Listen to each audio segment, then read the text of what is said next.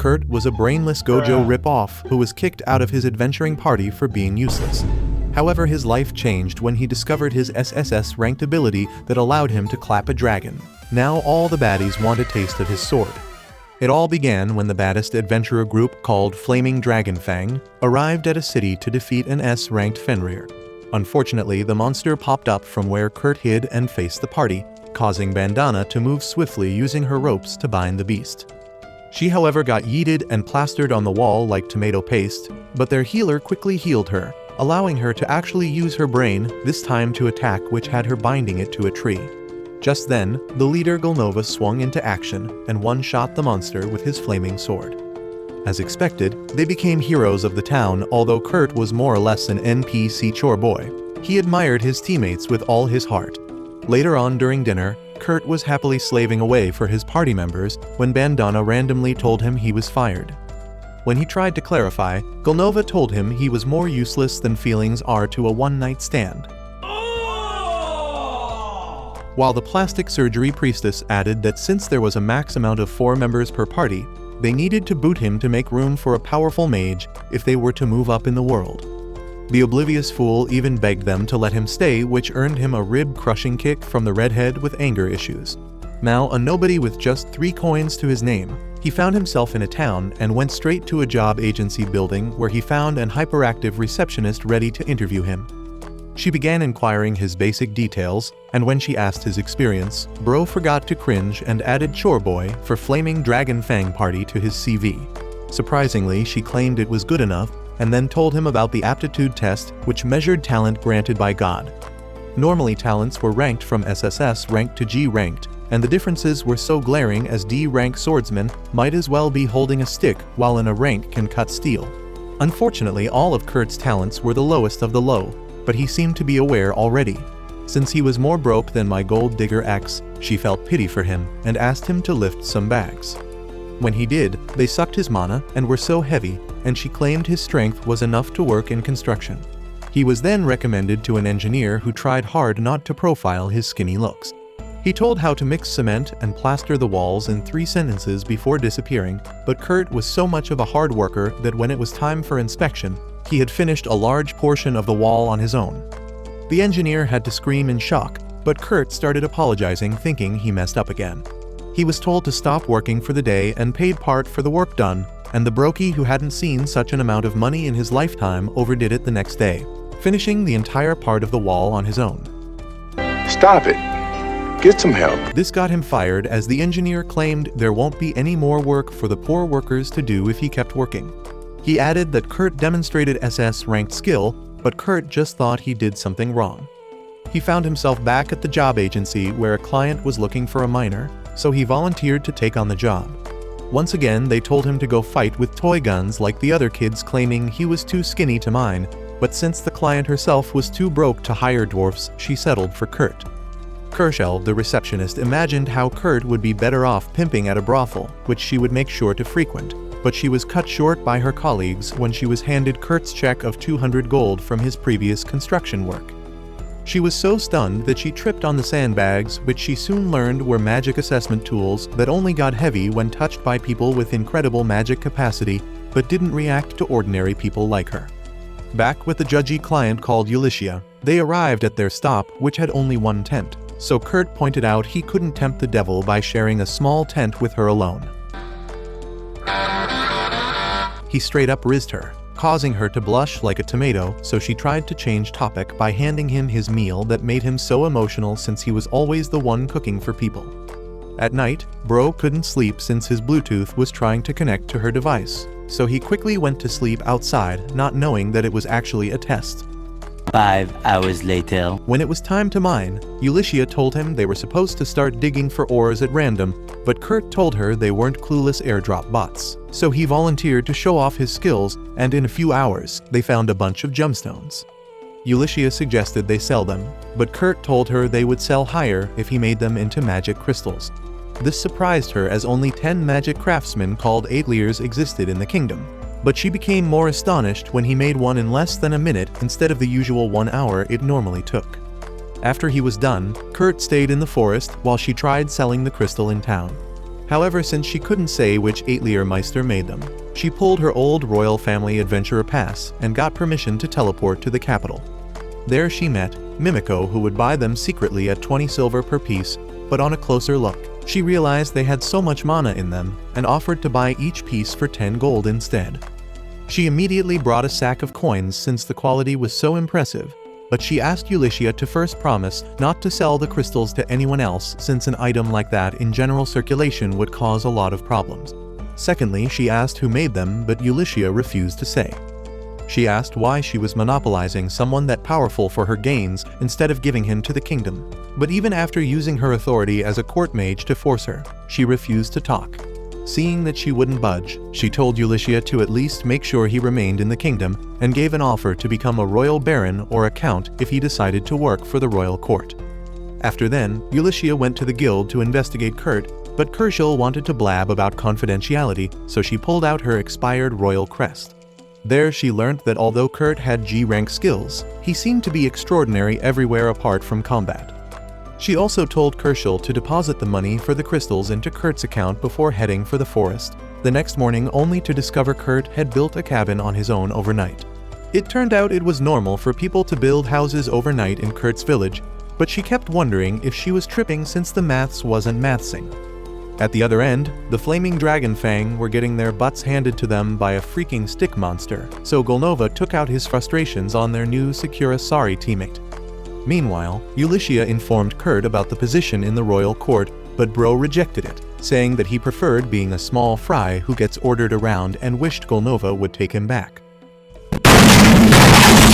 At that point, she thought he got off from being treated like trash, but quickly changed the topic back to mining. She wanted him to rest only for him to reveal he was comfortable with the 6 hours of sleep he got. She began calculating how long it took him to build the cabin if he slept for 6 hours. However, he thought she was about to scold him, as he only got 4 hours of sleep in his former party, so he promised to make up for lazing around. Back at the forest, they went to mine separate areas, and while Ulyssia eventually found some loot for the first time in her life, she quickly dismissed the thought of asking Kurt to turn it into a magic crystal for free, since that would be exploitation. She went to check up on Kurt, where she found a new tunnel at the foot of a mountain. Once again, she was shocked at how one man could dig such a big hole by himself and wished he would drill hers too. What do you mean by that? Kurt soon showed up hurling a bunch of crates he called useless rocks, but she found them pretty and asked what they were, to which he responded they were worthless mithril. He claimed they were all over his village, which stunned her as she was aware mithril was more valuable than gold or platinum. This had her curious as to what he was mining for, so he showed her the tiny piece of orichalcum, which to her was a thing of legends. Once again, he claimed it was not so rare if a person can dig 7 kilometers into the earth. Away from the orichalcum, she couldn't take it when he told her he dug 7 kilometers and filled the hole back within 8 hours. She then saw a light at the end of the tunnel because, as it turns, Bro has mastered the art of drilling holes that he dug through the mountain on his own. Later on, the tunnel was commissioned as a trading route for merchants, with Ulyssia owning the toll permit. Meanwhile, Golnova was staining the town red with his shitty attitude and anger issues just because he realized Kurt's cooking was better than all the restaurants in town. He then told Bandana to bring his minion, Kurt, back to him, so she left knowing full well he would be arrested for being a nuisance. When she met with Kurt, she told him she was also fired from the party, although she didn't say she left since her secret mission had always been to monitor him. Kurt looked sad that the party was doomed like your online relationship. What did you say, nigga? And went on about how Golnova was his role model. Seeing that he was jobless, she pointed him to an Atelier-Meister who needed some assistance, and he agreed to do the job. He soon arrived at the location where an elf girl answered the door. She immediately showed him to the kitchen that stinked more than a YouTuber's apartment, and he immediately realized he had to put on his chore boy shoes. Michelle, the elf girl, was then called by her mistress, leaving Kurt alone to transform the pigsty into paradise in a few minutes. With nothing left to do, he wandered around the mansion and found himself in a room with a girl with no plot armor. He immediately freaked out and introduced himself, so she recalled Lady Ophelia requesting help from outside. He also noticed a curse on the girl's stomach and asked for permission to examine it, which she agreed to.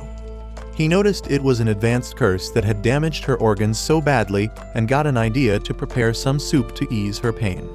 Meanwhile, Ulysses met with Mimiko, who valued the useless mithril at 50,000 gold pieces. At that point, Ulysses was more concerned about Kurt's safety, and Mimiko agreed that if word got out about his skill, he would surely be kidnapped.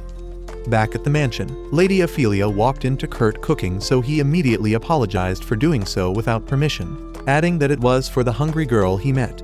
She immediately told him not to say anything about the girl he met, after which she paid him and told him to beat it. Immediately, Ophelia brought in the soup. She wanted to dive into it, but Ophelia was worried about it being poisoned, but she told her not to worry as she was already dying from a curse, so no one would care about poisoning her.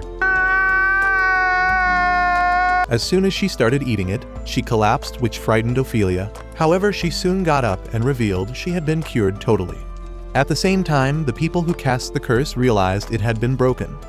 They revealed she was Princess Lyslot and wanted to investigate properly before recasting the spell on her. That night, Ophelia took Lyslot to Mimiko and Ulysses and revealed Princess Lyslot's identity. We'll leave out why she looked like a cheap 90s doll, as Ophelia would reveal she was cursed, adding that it could only be the handiwork of 3 suspects who wished to fuel war between the country and the princess's mother's nation. Mimiko then asked how they were able to break the curse, and she said it was Kurt's doing. Ulysses couldn't understand how Kurt randomly healed and rizzed the princess when they'd only been apart for half a day. Meanwhile, Mimiko's suspect list included the first general named Sinova, Tristan Maynolf, the bishop of the Poland Church, and lastly the third Queen Isidora. Since they couldn't possibly confront these people head-on, Ophelia suggested they set a trap on Lyslot's 15th birthday. She explained how they'd create a fake 8-Lear Meister who Lyslot would train under, forcing the culprit to investigate the 8-Lear's identity. At the job agency, Kurt overheard a group arguing about quitting a job since their party was missing a member, so Kurt volunteered to help them out. Even the shrimp of the party talked down on him since they needed Gorilla Chan to help them carry what they would mine. They claimed he was too skinny to lift the bare minimum 200 kilograms, so he went on to lift both the shady-looking samurai and the heavily built tank, which earned him an applause from everyone. In the forest, the tank introduced himself as Kans, the depressed samurai as Danzo, and the shrimp-looking dead-weight caller herself Sina. Few moments later, Kurt's leg got stuck inside a slime monster, and his combat skill was so lower than your IQ that he couldn't defeat it when all Sina had to do was stab it easily. He started feeling useless again, but they assured him that just like Sakura, he could still get screen time despite being useless. He then recalled how his former party treated him and shed a tear due to the love he was now experiencing. Once in the dungeon, they noticed Goblin Dung, but Kans claimed they could handle 1 or 2 goblins, so they moved on ahead. Just then, they spotted a Globin and slayed it immediately, but it had already signaled the horde, which they clearly couldn't handle. Thinking of what to do next, Kurt found a secret passage, so they told Sina to go with him while they held off the goblins. However, when they went in, it became clear Kans and Danzo were sacrificing themselves for them to escape. Despite the situation, Sina summoned courage to forge ahead, only for her hopes to be shattered by a bunch of iron dragon golems in front of them. Back in town, Ulysses took Lyslot around as they planned to make Kurt the fake 8-Lear, but when they found his apartment, he wasn't in. Bandana then showed up to reveal that Kurt went mining with an adventuring party before disappearing. Taking a cue, they immediately headed for the cave, and since Lyslot was obsessed with Kurt, she used a bunch of skill to track Kurt until they stumbled on the battle. Immediately, Lyslot boosted Ulysses' physical abilities before she dashed in to save the useless ballless men. In the secret cave, Sina had given up any hope for survival, however Kurt told her he could handle them. He then took a dagger and began hopping on parts of the dragons, dismantling them one after the other and dodging their attacks while Sina watched in horror. He went on to harvest the dragons and casually said it was normal to mine iron golems. By the time Ulysses showed up to save the day, Kurt had already finished traumatizing Sina. Later on, Ulysses told Kurt she would be working for a new 8-Lear and wanted him to join her. She also employed his current party, so they all agreed to join in. Once in town, Kurt was invited to get his aptitude reassessed with Mimiko, and while he went to party with his new friends, Mimiko revealed that she told Kurt he was actually B and C ranked in random things, but in reality, all his abilities apart from combat were SSS ranked. She also added that his magic level was greater than hers as a court magician, and they were to keep his info a secret. However, Kayshel happened to overhear them, so she freaked out thinking she would be silenced. Few days later, they boarded a carriage heading for the frontier city where the Atelier would be set up. While everyone made small talk, Sina thought she was Sherlock Holmes and assumed they'd been roped into some shady business.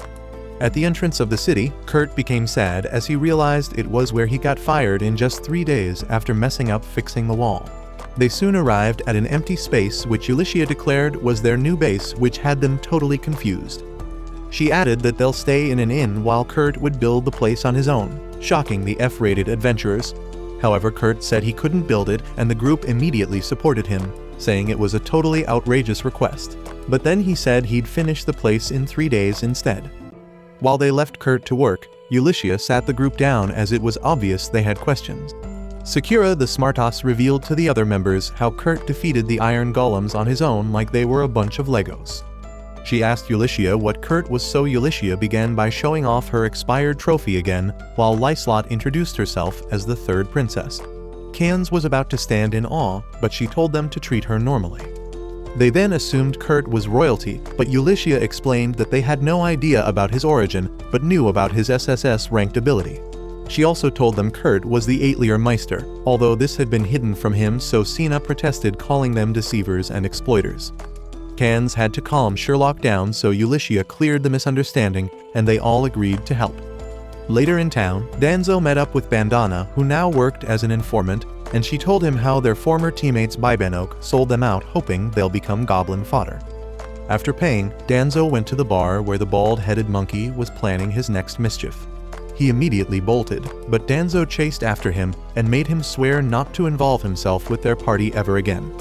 On the third day, everyone thought they were dreaming as Kurt had transformed the space into paradise.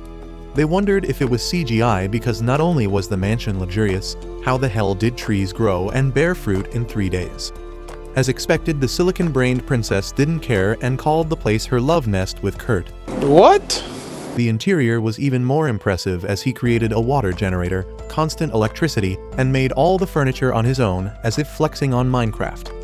When they asked where his room was, he said since he was a chore boy, he'd sleep in the store close to the kitchen. However, they couldn't have that, so they spent 2 hours convincing him to use the room he prepared for the absent Atelier Meister. The following day, he prepared the best breakfast for the group, but he wasn't there to join them in the feast. Ulysses was told he was cleaning some graffiti on the walls, and since it was her ward against curses, she hurried to stop him, but he'd cleaned them all already. Of course, she couldn't tell him they were wards since he didn't know anything about an assassination. Instead, she told him there was a graffiti artist obsessed with Lyslot, and he bought it just like the lies your partner feeds you during pillow talk. Meanwhile, plastic surgery priestess Marlefus was to be thrown out of the church since she assisted Golnova's disgraceful actions. The obese Bishop Tristan told her she had one chance to redeem herself and gave her a cup of wine to drink, which she did. However, it was laced with the same curse he used on the princess, so he gave her a mission to eliminate Lyslot, the third princess, adding that there's a timer that would end her in a few days if she failed. What he didn't tell her was that he'd already contracted a demon who was going to use her magic powers as a conduit. The following day, Ulysses couldn't stop worrying about their safety since the wards were gone. When she asked Kurt if he could make a barrier for Lyslot's room, he claimed he couldn't since he'd already protected the entire mansion with a barrier for curses. At the same time, the enemy instructed their strongest curse user to attack Lyslot. However, when he did, Kurt's barrier reflected it back to the caster, making him glow like a freaking light bulb. On hearing about Kurt's barrier effect, Ulysses excused herself, leaving Kurt alone with Lyslot. He asked her to head to the market with him, but she turned him down while trembling in fear.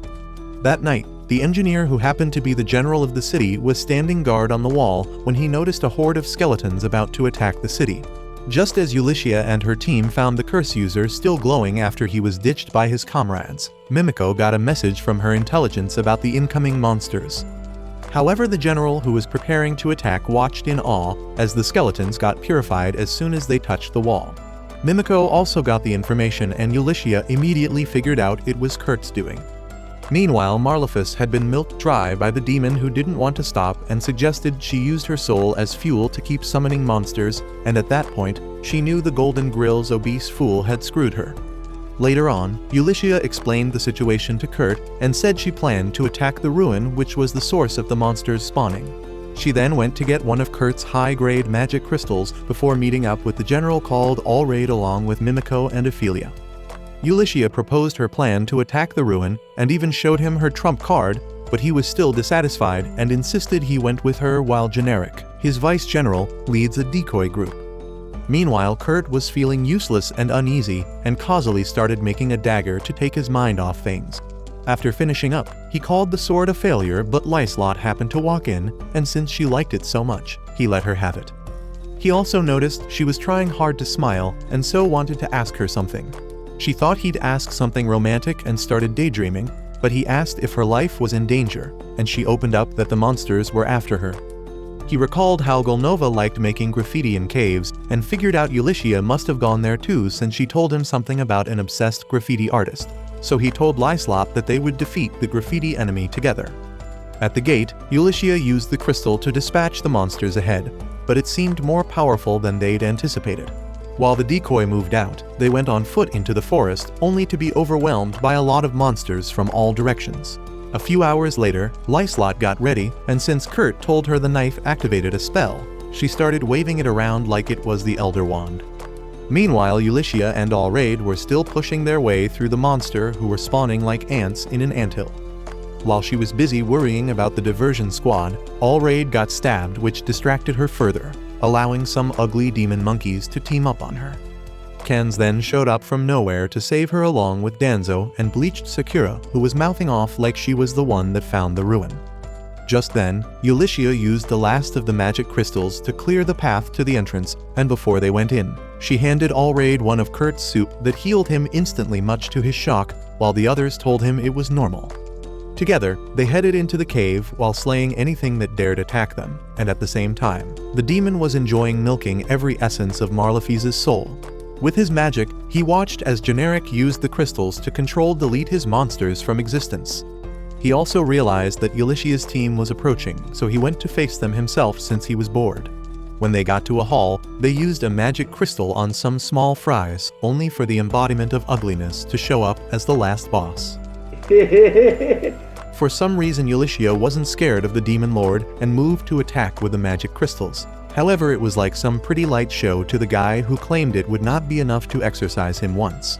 He claimed he had infinite life so that he didn't bother dodging Allraid's attack, and indeed they watched him regenerate spontaneously.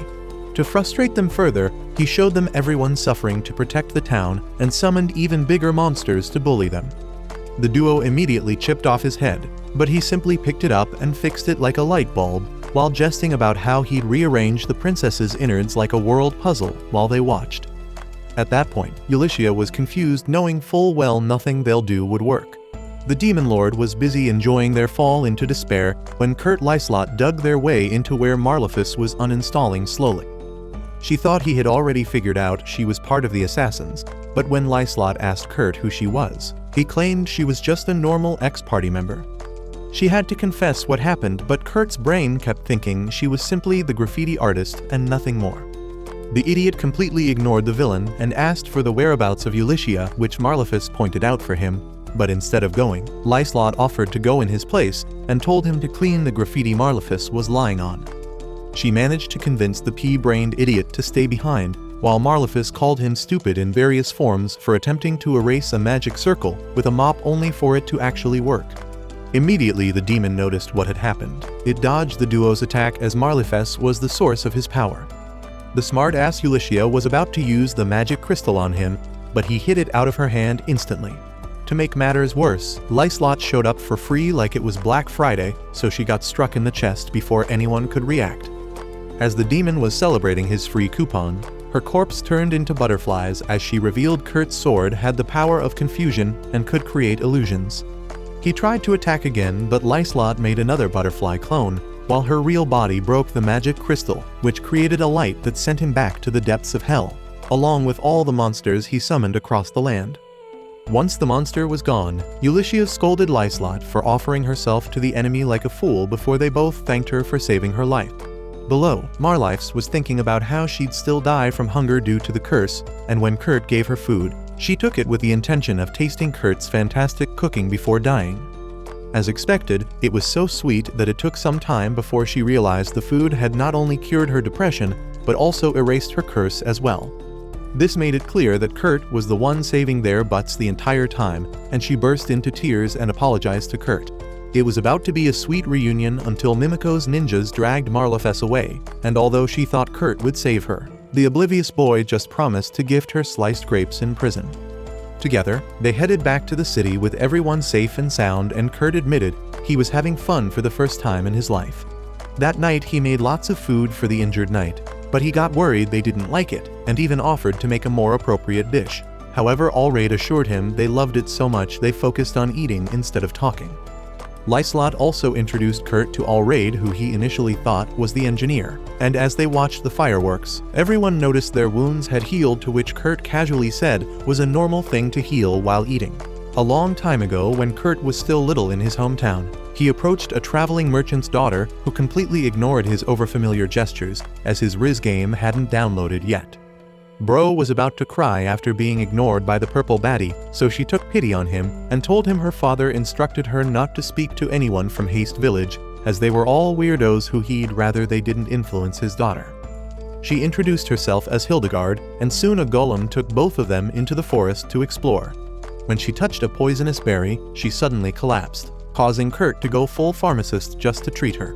He was about to get his first kiss, but that's when he woke up in a carriage with the others.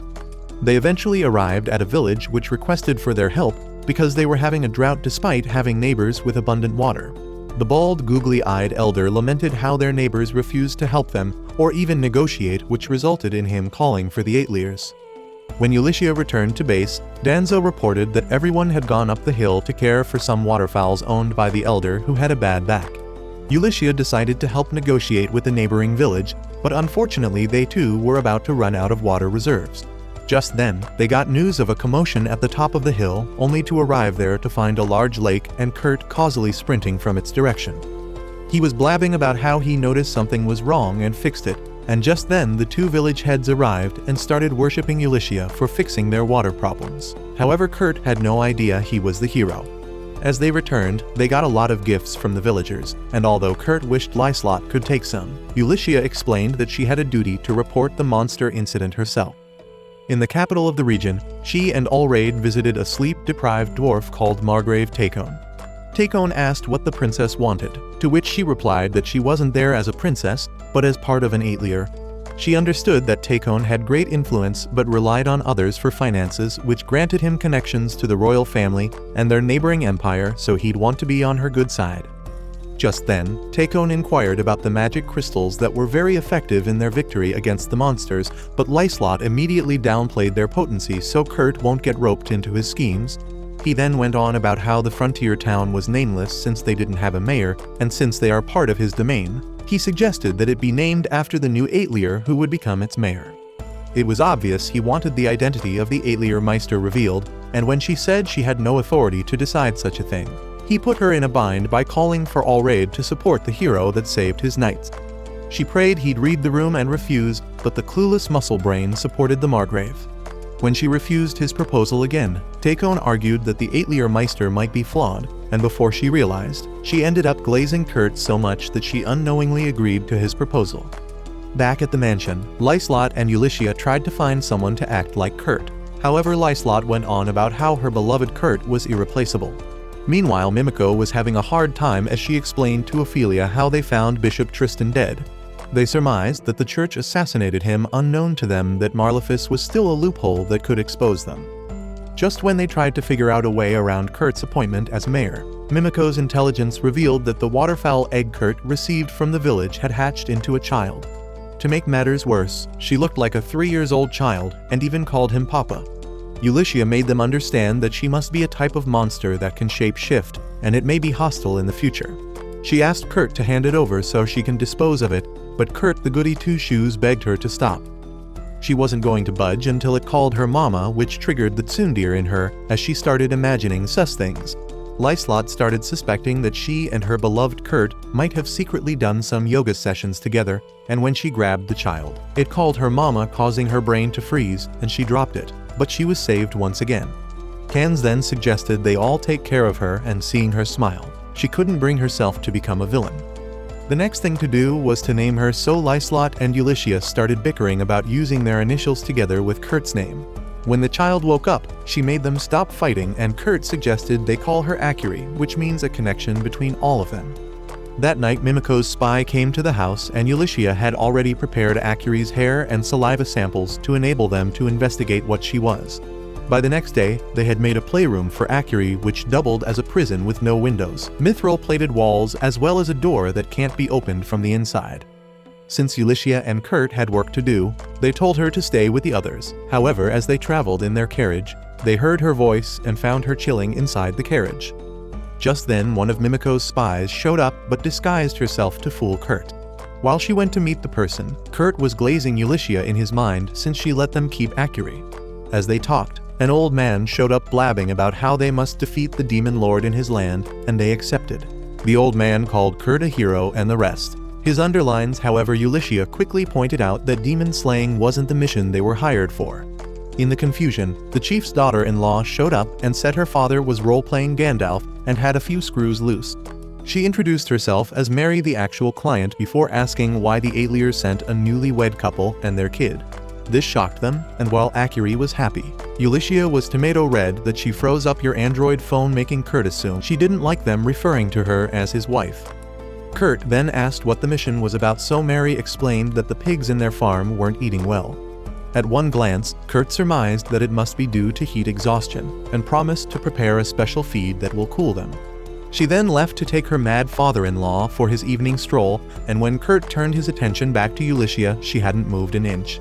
She was still in shock, so Kurt, who didn't want to anger her further, left to go prepare the pig's special meal, which was way better than your ex's cooking skill you were forced to endure. Meanwhile, Ulyssia turned Prime Einstein as she calculated the possibility of them getting married despite their age difference, and this had her going through some internal mental meltdown. She even saw the way Kurt was treating the piggies and wished he'd pet her jugs like that. She snapped back to reality and moved to protect Akiri from the incoming flying lizard_sorry dragon, but Kurt told her to sheath her sword as the dragon was only interested in eating his delicacy. Kurt then explained that it was common for dragons to randomly eat animal feeds, but Ulyssia didn't believe it. Feeling embarrassed, she walked around to cool her head only to find one of Mimiko's spies dead. She immediately spotted the culprit and moved to attack, and the sword fight drew Kurt's attention as well. The culprit turned out to be a dragon hunter who requested him to hand over the child, but then the starved dragon he just fed took him and Akiri away, allowing Ulyssia to engage the extra-large cannon hunter. Even when Ulyssia dodged her Wolverine claw attack, she kicked Ulyssia so hard that she couldn't move an inch. As she moved to finish her off, Ulyssia managed to evade the attack and took some steps backwards. Ulyssia then asked if she was after the baby dragon or Akiri, but the pale alt Wolverine wasn't interested in fillers, so she continued her attack, even managing to land a fatal blow. She moved to finish Ulyssia, who was down, but as she came close, Ulyssia tossed a magic crystal like a grenade that caused an explosion. This, however, wasn't enough to defeat the hunter, who had now grown horns to confirm that she was a demon. The demon, on the other hand, was impressed that Ulyssia undid her transformation, and assumed she was also the one that defeated the demon lord, which meant that the demon had been watching them for some time now. She thought of ways to hold out, while Kurt brought back reinforcement from town, only for him to cruise in with the dragon, causing her to freak out. As expected, he couldn't even make a cool superhero landing as he fell on the tree and said he was there to help her escape. Just then, the pig pantas marched towards them with so much fury that they were able to escape in the commotion. When she scolded him for being reckless, he went on about how he needed to do something for someone precious to him. This, however, only made her more insecure, as she knew he was referring to her as an ally unlike her that had already fallen in love with him. Unfortunately, their pig parade was disrupted by a fireball spell produced by the hunter, who was ready for another round. So Ulyssia took his dagger and limped to fight off the enemy. As the fireball came, she prepared herself to split it in two with Kurt's dagger, and even though she had never successfully pulled it off before, the fireball somehow stopped. Akiri showed up at the same time, which shocked the hunter, and that's when Ulyssia realized the hunter stopped the spell to save the child. However, both the hunter and Ulyssia soon collapsed, so Kurt immediately treated her with a potion. When she recovered, Kurt revealed that Akiri suddenly appeared like she teleported. Ulyssia wanted to be sure she could teleport without a teleportation crystal, so she asked Akiri to do it again, but she said she couldn't without any understandable explanation. Later on, Mary thanked them for making her pig as fat, and when she asked about Kurt, her husband, Ulysses said he had some things to sort out. Meanwhile, Kurt was flying with his new dragon, who noticed something in the forest, and so the scatterbrain decided to check it out. They noticed the dragon hunter passed out and was on the verge of dying, so he did the smartest thing anyone could do and started preparing medicine for her. When she told him he'd shorten his lifespan by showing mercy to his enemy, Kurt argued that Akiri and Ulysses would have died if she didn't cancel her spell, so it was fair he also saved her. After finishing the medicine, she suddenly got up only to collapse, so Kurt explained that he added some anesthesia to her medicine before going on to scold her for attacking a tamed dragon and human instead of hunting wildlings elsewhere. When she collapsed again, he hauled her to Ulysses' location and explained what happened. Soon they got back home along with the captured demon, and while Akiri played with the girls, a handsome tall guy who looked like an upgraded Kurt showed up, and Lyslot introduced him as their long-awaited Eitlier Meister, which shocked Ulysses, who knew the real Eitlier Meister was the oblivious Kurt. The guy soon introduced himself as Rikudo, which got Kurt very excited as he introduced himself as the King of Chores. Rikudo was glad Kurt would be available for him to use as he liked, and seeing this disturbed Ulysses, who immediately ordered Kurt to prepare dinner. As soon as the others were gone, Rikudo was about to pull a Chad Riz move, which had Ulysses aiming for his family jewels, only to realize he was an illusion created by Lyslot's dagger. Ulysses was amazed that she could also conjure an illusion of someone who doesn't exist. However, the princess revealed that Rikudo was an imagined 20-year-old version of her darling Kurt. Once Rikudo disappeared like all your childhood hopes and dreams, all that was left was a note from Mimiko informing them that she would be bringing information about Akir in 3 days' time. Mimiko eventually came only to disappoint them by revealing that she found nothing on Akir. They then demanded an explanation, so she went on about how the hair and saliva sample from the child came out as that of a regular human, with the only exception being her nails, which had a faint trace of something similar to a magic crystal for spatial magic. She claimed spatial magic can't be used by humans, and added that their records of its use was the age of creation before it became a lost magic. Regardless of the fact that she looked, talked, and ate like a human, her ability to use spatial magic made her a threat, which Mimiko proposed to negate by using a ceiling curse to block her ability to teleport.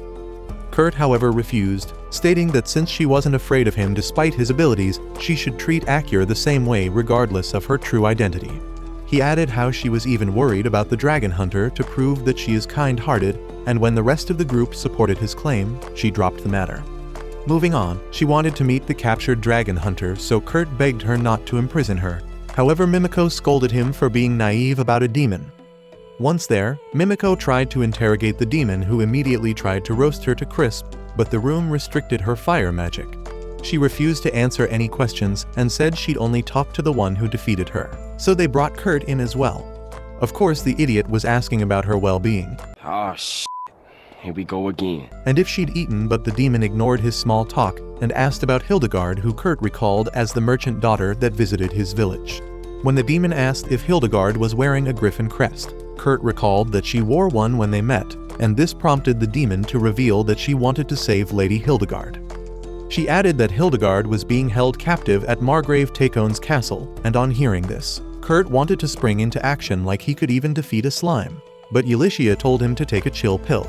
She asked how the demon knew this, so she revealed that while stalking out the Margrave's castle, she followed his soldiers who were investigating them and saw Akir teleport, so she planned to use Akir power to save Hildegard. Ulysses still wasn't buying her story, so the demon told them to check her pendant, which they dug from her massive plots and found to be the Hildegard. She added that she stopped her spell when she saw the crest on his dagger, and Kurt confirmed it was a gift from Hildegard. Mimiko was convinced and decided to save Hildegard with the condition that she remained as a prisoner, and she accepted and introduced herself as Solflare. Just then, Akir randomly showed up in the room to lift the tension. Since Kurt was no more than an NPC, he asked Mimiko to take charge, and she immediately got the blueprints of the mansion. She revealed that the Margrave was 47 years old, but had already lost his wife and only daughter to a disease. She added that her intelligence knew of a room that only the Margrave could enter, and Solflare confirmed this as well. This made Lyslot suggest she creates an illusion to phase through the wall, so the Margrave will be forced to pursue the intruder by opening the door. In all their plans, they agreed to deceive Kurt like it was an actual date where they would enjoy the festival and only scout a means to save Hildegard. The two simps had to play rock paper scissors to choose who would accompany Kurt, and Lyslot won to the dismay of the others. When the time came, Rikudo also joined them, and Lyslot almost blew her cover when making small talk with Kurt. Once they arrived, they all paved ways, leaving Kurt to babysit Akyr and Lyslot, who was excited to hang out with him. Together they enjoyed the festival, and Kurt played the part of NPC well. When Lyslot shared her fruit with him, she took it for an indirect kiss and got so excited, but the oblivious boy had no clue why. During the festival, they played all sorts of games in the stalls and had so much fun like a normal family until they got tired and went to a calm location. While Kurt watched Akyr, Lyslot was plotting how to confess her feelings in the most romantic way possible. She planned it perfectly in her mind, but when she went to meet him, his mood had changed as he was staring directly at Margrave Takon's castle. She freaked out and asked if he was worried about the mission, but Kurt assured her he was not, since they would surely come up with a plan to save her. He said he was simply worried that he was totally useless, and even when she reminded him of all the amazing things he'd done, Kurt claimed that anyone could have done them easily, so it wasn't anything special at all. Lyslot wanted to say more, but she knew it was impossible to convince him, so she told him that everyone loved him in the Atelier and claimed they were only saving Hildegard because it would make him happy. She managed to cheer him up, but missed her chance to confess to him. However, it was good enough that she did not make him feel like a useless wet rag anymore. Days later, Ulycia and Kurt were doing some mining to help her make a new sword after she lost all her gear in the fight with the demon. The fact that Kurt was making an alloy of mithril and adamantium casually made the dwarf smith laugh out loud as he mocked him for trying the impossible. He claimed that Kurt was pushing his luck and even offered to help him with some tools. However, he was stunned to silence by the result of the alloy sword made, so he vowed to retrain himself if he'd keep calling himself a master craftsman. As the old goat left, Kurt thought he was so passionate, but Ulycia knew he pushed the poor old man into depression without even trying. She went ahead to name the sword Snowflake and thanked Kurt for helping her out. The following day, it was Ulycia's turn to tour the market with Kurt and Akyr, who was fast asleep at home, allowing Ulycia to enjoy Kurt all to herself. She was daydreaming about how she wouldn't let herself be outdone by Lyslot, only for her to be interrupted by a bunch of thugs trashing a stall. She was about to ignore it and focus on winning Kurt over, but the airhead NPC went to butt in demanding for an explanation, so the walking potato head dwarf told him to beat it. The uglier thug then explained that they stall sold buns that tasted like grandma fart to them, so they wanted to ensure no one went through that torture ever again.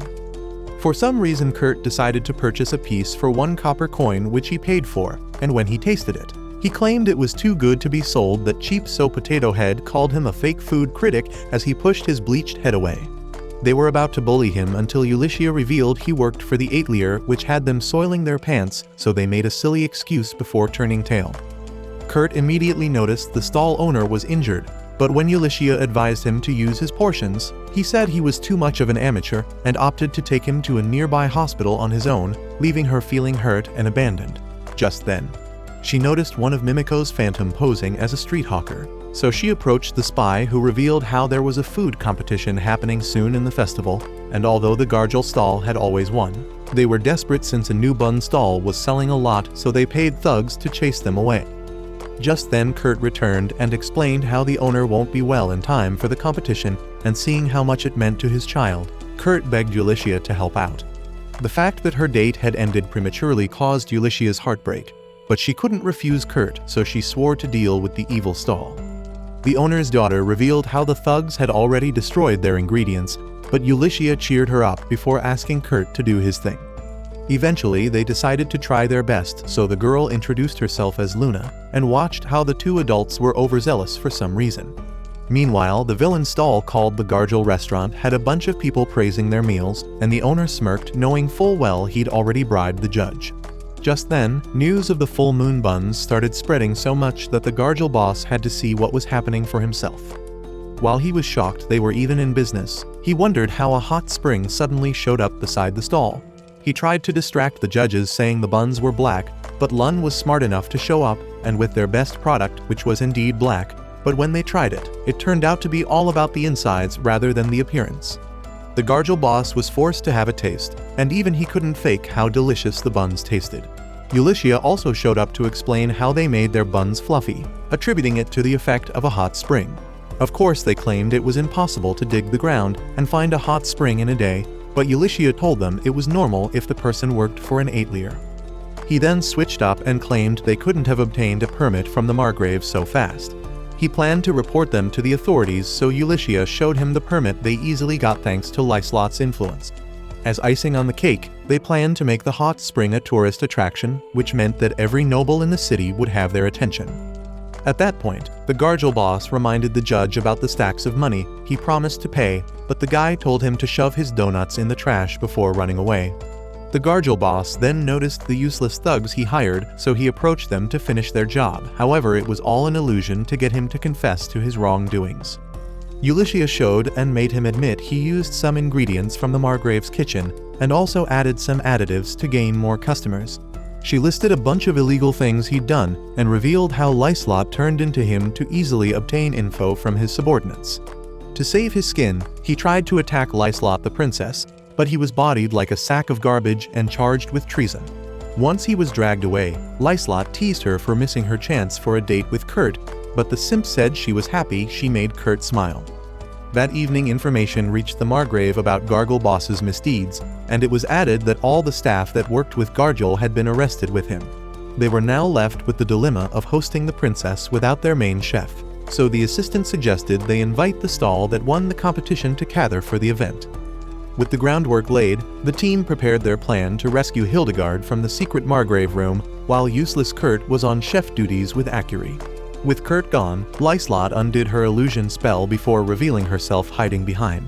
It turned out she had to make herself invincible since it'll be sketchy to hold a drawn sword, and also had to support Rikudo, who can't hold on the solid objects normally. With that said, they headed for the castle only for Ulysses to receive a note saying that Kurt and Accurie would be working inside the castle as well, and they couldn't help but laugh as their plan to remove Kurt from the action had been ruined. The following morning, while Kurt and Luna were getting ready to open the stall, some soldiers came to order 100 buns for the castle and also invited them to work for the Margrave.